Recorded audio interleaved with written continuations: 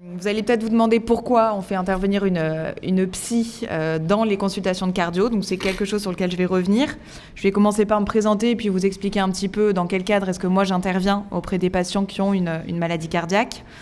Je vais aussi parler un petit peu de manière théorique sur tout ce qui est l'intérêt d'investiguer le vécu psychologique des patients, les représentations autour du cœur, la symbolique autour du cœur.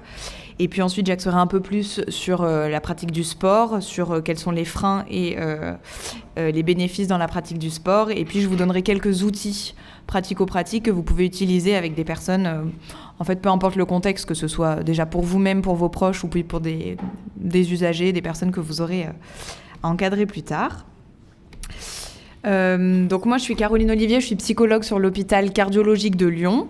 Je travaille depuis 4 ans donc dans un service qu'on appelle la psychiatrie de liaison. C'est un service qui intervient dans les différents services de cardio, de pneumo, d'endocrino. On va avoir des patients pendant leurs hospitalisations. On peut mettre en place des suivis. On fait des groupes. Et puis, je suis aussi référente sur le centre de référence cardiogénétique de Lyon.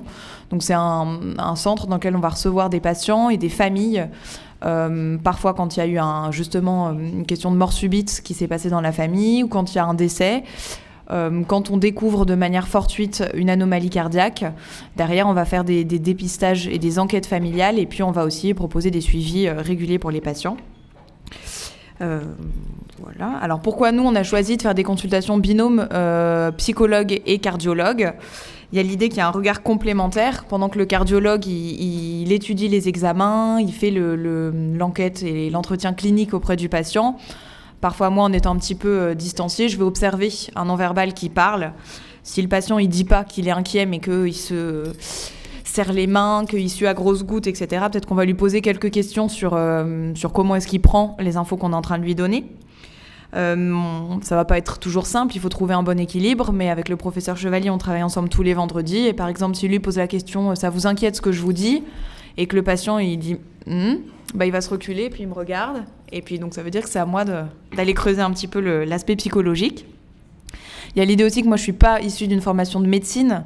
Je connais les termes médicaux parce qu'à force de côtoyer des patients qui sont hospitalisés, forcément, je me suis familiarisée avec le jargon. Mais les patients, on va pas s'adresser à eux de la même façon si on a face à nous un médecin, un infirmier ou si on a un étudiant en BTS électrique, donc on va pas utiliser les mêmes mots. Donc le fait d'avoir quelqu'un qui n'est pas du milieu médical, ça peut permettre aussi de reformuler, de rendre le langage plus accessible, parce qu'on vous l'a déjà dit précédemment, notre objectif premier c'est d'informer le patient et lui donner toutes les cartes en main pour pouvoir prendre les décisions qui vont le concerner.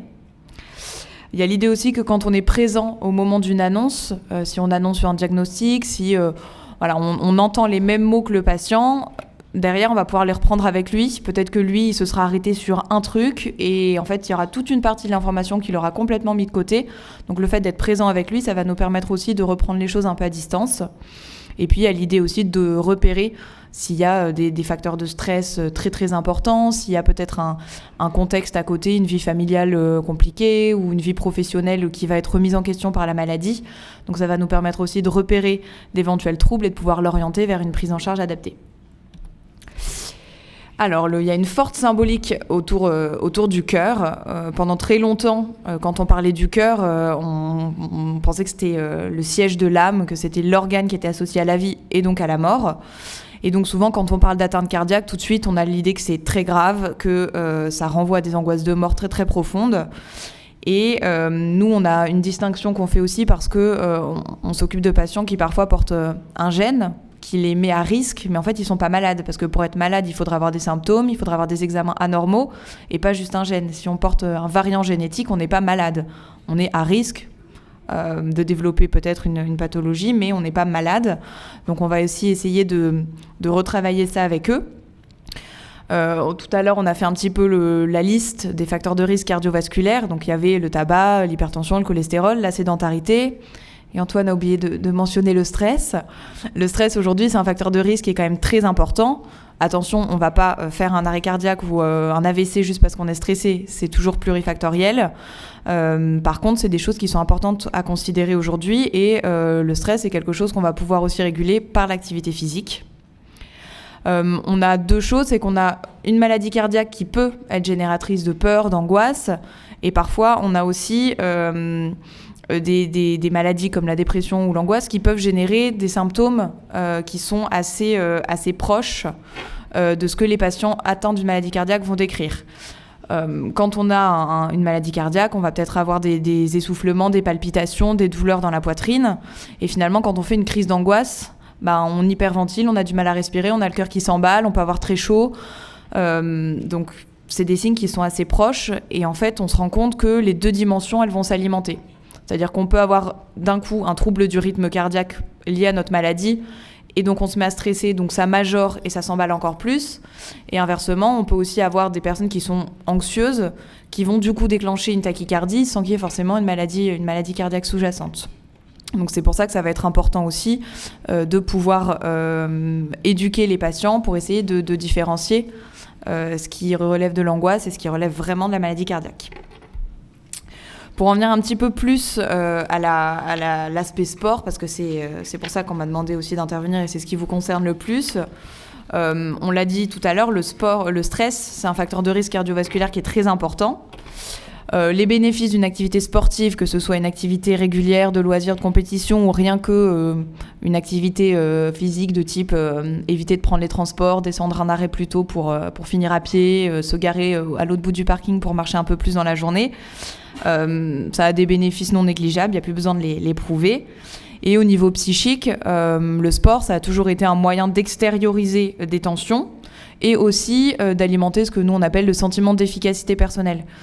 Donc ça va avoir plein de bénéfices et c'est quelque chose qui va être aussi un vrai levier pour nous dans tout ce qui est entretien des processus de motivation. Quand on a des patients qui ont des pathologies de type dépression ou des troubles anxieux, on va vraiment travailler sur une motivation durable et l'activité physique, c'est un aspect qu'on va essayer vraiment d'entretenir et d'arroser. Dans l'idée que de toute façon qu'on soit malade au niveau somatique ou au niveau psychique, l'objectif premier, ça va être le maintien d'une qualité de vie convenable. Donc quand on a un patient qui va faire un épisode cardiaque, un trouble du rythme, une syncope, ou bien alors quelqu'un qui va recevoir un diagnostic de maladie, on va tout de suite avoir un impact au niveau identitaire. C'est-à-dire que le patient, il se considère comme en bonne santé, il est bien portant, et d'un coup, on a ce qu'on appelle une transition de rôle et il devient malade. Donc ça va être quelque chose qui va être compliqué à l'intérieur de lui au niveau identitaire, mais aussi au niveau comportemental, ça va avoir un impact parce qu'il va se demander est-ce que je peux continuer à faire mes activités comme je les faisais avant, est-ce qu'il y a des choses que j'ai plus le droit de faire, dans quelle mesure. Donc on va avoir un impact aussi au niveau comportemental. On observe souvent deux tendances. Il y a d'abord ceux qui vont être plutôt dans je veux pas que la maladie elle gagne, donc je ne veux pas renoncer à des choses que je faisais et que j'aime, avec ce qu'on appelle un mouvement défensif. Mécanisme de défense, c'est l'idée que c'est un mécanisme protecteur qui est souvent inconscient et involontaire. Et le patient, il va pas avoir envie de se considérer comme malade, il va pas envie d'avoir arrêté des choses qui lui font du bien. Et en étant dans ce déni ou cette dénégation, il va peut-être se mettre en danger, il va peut-être avoir des comportements à risque. Donc ça c'est une des premières tendances, et l'autre tendance qui est quand même celle qu'on observe le plus, c'est plutôt j'arrête tout, j'ai peur, je sais pas ce que je risque donc j'arrête tout et je renonce à plein de choses, et donc souvent à l'activité physique. Ça c'est aussi lié, il faut le dire, à des discours qui ont parfois été très restrictifs de médecins.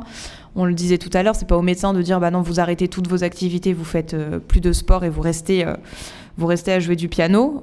Aujourd'hui, on a plus des discours de type le cœur, c'est l'inverse d'une pile, moins on s'en sert, plus il s'use.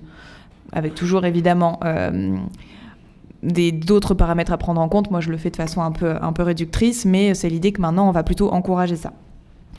Donc le rôle du psychologue, ça va être d'essayer d'orienter le patient vers l'appropriation de l'atteinte cardiaque à la fois dans son identité, de se dire voilà, ok, j'ai pas envie d'être considéré uniquement comme un malade, j'ai pas envie que la maladie gagne et de prendre toutes mes décisions par rapport à ça. Par contre, je peux pas nier que c'est présent. Donc il va falloir que je mette cette nouvelle donnée à une juste place. Et puis aussi, ça va être de construire une balance entre ce qui me fait du bien, ce qui participe à mon bien-être tant physique et psychique, sans négliger pour autant les risques que je peux encourir. Et donc, on va l'accompagner dans la définition d'adaptation nécessaire, que ce soit par exemple en termes de discipline, vers quelle discipline m'orienter plus que d'autres, ou en termes d'intensité, de fréquence. Et donc là, pour revenir un petit peu sur les deux tendances, on a d'abord donc les patients qui vont plutôt être dans je refuse de renoncer à ce que j'aime. Donc là, ce qu'on dit, c'est qu'on va rouler avec les défenses. C'est-à-dire qu'un patient qui réagit de façon extrêmement excessive comme ça, c'est qu'il est en train de se protéger d'une annonce ou d'une information qui est assez déroutante pour lui. Donc l'idée, c'est pas d'aller casser ces mécanismes de défense qui sont protecteurs. Donc on va respecter sa temporalité, lui répéter 15 fois qu'il risque de mourir d'une minute à l'autre s'il continue à courir aussi souvent qu'avant. Ça va pas du tout être pertinent avec lui. On va plutôt passer par ce qu'on appelle la psychoéducation. Donc c'est avec tout ce qui est information, c'est essayer de rendre accessible, de reformuler, de documenter aussi notre propos. Et on va plutôt essayer de l'amener vers de la flexibilité. Et j'ai noté ce qu'on appelle la RDR, c'est la réduction de risque. C'est ce qu'on utilise maintenant beaucoup dans l'accompagnement de patients qui ont des troubles addictifs ou par exemple pour le sevrage tabagique. Au départ, on disait il faut un sevrage complet. Aujourd'hui, on est dans de la réduction de risque aussi parce qu'on se rend compte que parfois, on va passer on arrête tout et puis quand on reprend, on se dit j'ai échoué, donc terminé, ça sert à rien que j'essaye d'arrêter la cigarette ou l'alcool. Donc aujourd'hui, on va avoir des approches qui sont un petit peu différentes et c'est des choses que nous, on va pas mal utiliser dans l'accompagnement de patients qui sont dans cette configuration-là. Pour l'autre tendance, ceux qui vont être beaucoup plus dans j'ai peur, je suis à risque, j'ai une épée de Damoclès au-dessus de la tête, donc j'arrête tout, on va plutôt être dans un travail autour des freins. Pour évoquer les freins réels, les freins psychologiques, il faut refaire un petit point sur la différence entre la peur et l'angoisse. Dans la peur, on a l'idée que ça suppose l'existence d'un objet précis et réel.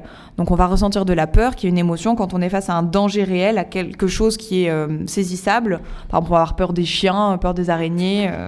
Donc on a un objet, alors que l'angoisse, on va être plutôt dans le cadre d'une peur sans objet. Donc on va plutôt être sur une angoisse d'abandon, sur une angoisse vis-à-vis de l'avenir. On est sur des choses qui sont beaucoup plus floues et qui vont être du coup beaucoup plus internes.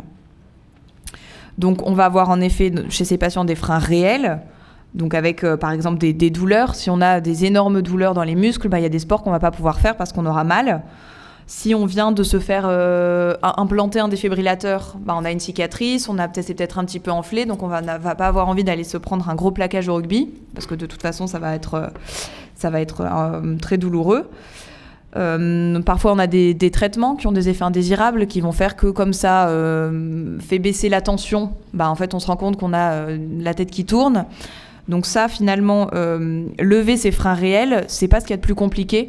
Souvent, on va avoir besoin de solliciter des médecins spécialistes, on va pouvoir aller trouver l'information. Par contre, sur les freins psychologiques, là, ça va être plus compliqué et c'est tout l'intérêt d'avoir des psychologues dans notre carnet d'adresses et de pouvoir orienter les patients. C'est que là, on va plutôt être avec justement des freins psychologiques de type angoisse. On a aussi ce qu'on appelle l'hypervigilance somatique, c'est-à-dire que quand on fait un premier épisode cardiaque, on observe que derrière, on va être beaucoup plus sensible à toutes les variations de notre cœur. Alors qu'en fait, n'importe qui, vous comme moi, si on monte cet étage un peu vite parce qu'on est en retard pour aller en cours, on va avoir le cœur qui va monter, on va peut-être être très essoufflé, on va peut-être mettre 2-3 minutes avant de revenir à un rythme cardiaque normal. Et un patient qui aura déjà eu un épisode cardiaque ou un patient chez qui on a découvert une mutation génétique ou qui a un parent qui a fait un épisode cardiaque, tout de suite il va s'alarmer, il va être beaucoup plus sensible et ça c'est quelque chose qui va faire que parfois il va se limiter de lui-même sans qu'il y ait aucune raison objective de se limiter. Et puis on a parfois des fausses croyances aussi qu'on va essayer d'aller déconstruire. Donc là, l'objectif, ça va être d'abord d'amener le patient à s'auto-observer pour qu'il prenne conscience de ces mécanismes-là de freins psychologiques qui sont à l'œuvre chez lui, parce que c'est des choses qui sont très automatiques et sur lesquelles il n'a pas forcément de maîtrise. Et puis, on va être dans l'idée plutôt d'une exposition graduée. Donc, on va l'amener à définir des objectifs qui sont au départ vraiment dans sa zone de confort et puis progressivement, on va essayer de les lever une fois qu'il a essayé ça, il est à nouveau dans un confort. On va un petit peu plus loin et on va faire ça de manière graduée avec des paliers. L'idée, c'est d'éviter qu'il s'expose à l'échec parce que s'il s'expose trop vite à l'échec, il va abandonner, il va plus vouloir faire et la peur, elle va revenir en puissance. Et on sait aussi que l'exposition à l'échec répété, elle entraîne une dégradation de l'estime de soi. Et donc, c'est quelque chose contre laquelle on va essayer de lutter. Alors quels outils, pour en mentionner quelques-uns, et puis vous aurez de toute façon le diapo, je vous le ferai parvenir, pour accompagner les patients dans la gestion de leurs émotions et notamment le stress. Ça, je vais revenir rapidement dessus parce que c'est assez, c'est peut-être un petit peu technique et c'est pas forcément ce qui vous concerne le plus, mais on a mentionné plusieurs fois la psychoéducation. La psychoéducation face à un patient qui est très stressé ou qui est très tendu, ça va être déjà consisté dans lui donner la définition de qu'est-ce que c'est le stress, qu'est-ce qui se passe dans le stress, expliquer que dans le stress on a plusieurs phases, que on a un événement qui se présente à nous, on va être dans une posture de je dois réagir. Donc ça va activer et puis ensuite on va définir est-ce que je vais affronter ou est-ce que j'évite. Donc on va lui donner les différentes phases du stress. On va lui donner aussi la fonction des informations sur la fonction adaptative des émotions. C'est-à-dire que tous les êtres humains, ils ont des émotions qui lui permettent de faire face à des éléments extérieurs et que c'est normal qu'un être humain, il varie comme ça. Si on est invité à un mariage, on va être très heureux. Si on perd un proche, on va être très triste. Si on a une promotion comme ça, donc dans une vie, ça va être une courbe qui n'est pas linéaire, mais qui va varier dans ce qu'on appelle la fenêtre de tolérance. Donc on va avoir des émotions qui doivent varier d'intensité, mais sans aller au-delà, donc dans ce qu'on appelle une hyperactivation, que là on va devoir réguler. C'est-à-dire que si je suis triste à un enterrement, c'est logique, même si je suis très très triste. Par contre, si je me mets en colère parce que quelqu'un m'a marché sur le pied et que je lui donne une claque vraiment très violente, ça va être un petit peu trop intense. Donc là, on va devoir apprendre à réguler.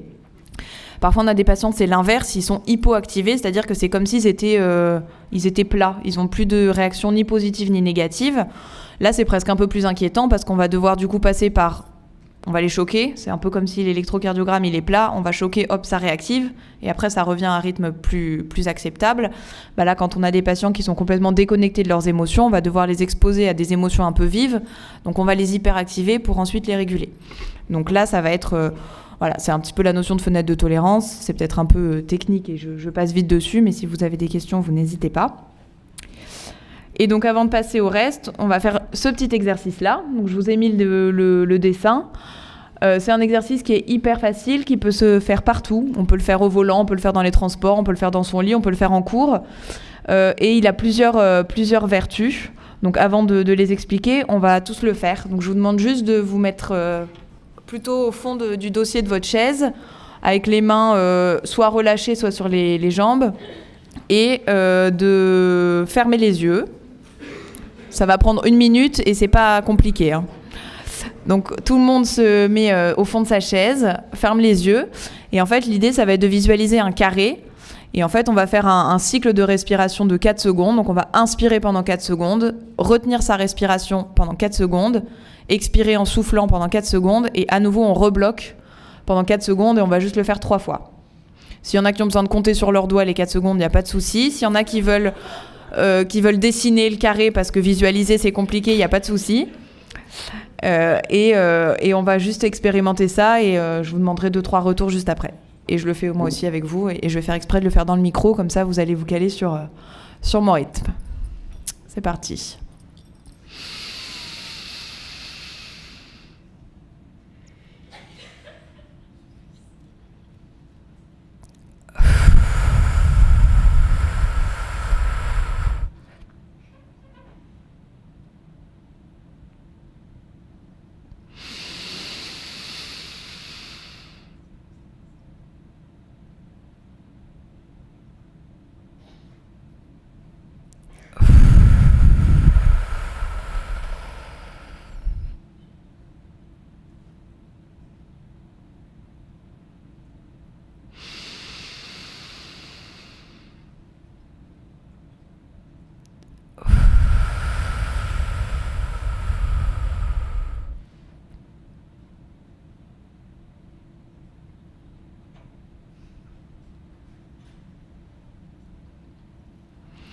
Ok. Est-ce qu'il y en a qui ont des retours ?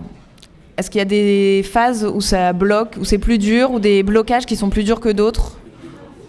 Ou si c'est long ou pas long, 4 secondes, ou si c'est... Apparemment, ça a un effet euphorisant sur certains. Globalement, on prend 4 secondes, c'est le rythme du yoga, les 4 secondes, mais chez des personnes qui sont sportives, on peut quand même faire un exercice qui va être encore plus efficace si on monte jusqu'à 6.